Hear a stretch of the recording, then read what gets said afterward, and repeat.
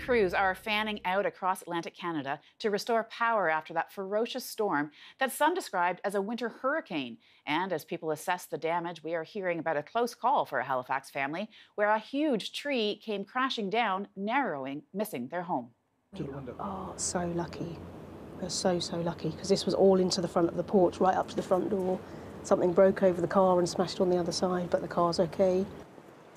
There is extensive damage right across the province. At one point, the winds were clocked at 170 kilometers an hour.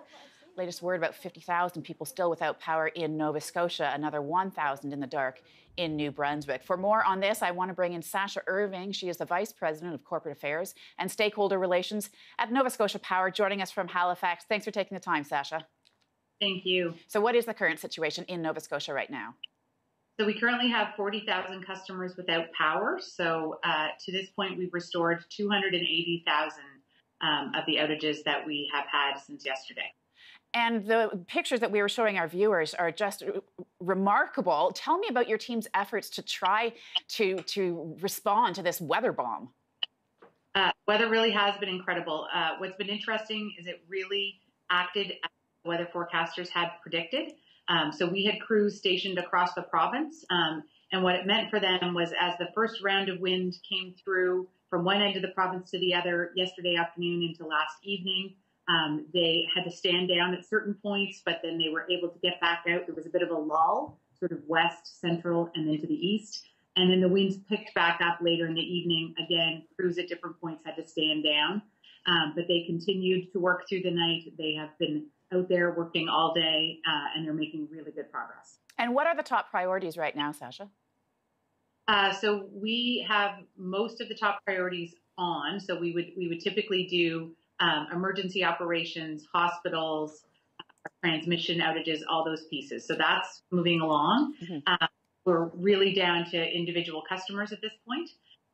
So we just continue to have the numbers coming down. We have been able, with the number of crews we have and getting out and seeing the damage and really being able to assess that, we've been able to change some of our ETRs. So right now, from what we're seeing, the majority of our customers will be back on tonight. There will be remaining customers that linger into tomorrow, but we believe we'll be on by. And in the meantime, Sasha, any advice for keeping safe for the families in Nova Scotia? So absolutely. If customers see anything, a downed power line, anything that they think is a risk factor, it's hard for a customer to tell whether a line that's down is a cable line or a power line. Absolutely contact us, and if you feel there is an actual safety risk in that moment, 911.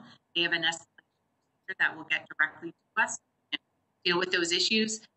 Temperatures are going to be dropping, and so we want people to be aware of how long they might be out, make sure they get to comfort centers, go stay with friends, possibly if that's what you need to do, but just be prepared. Sasha Irving, Vice President of Corporate Affairs and Stakeholder Relations with Nova Scotia Power. Thanks for your time. We appreciate it.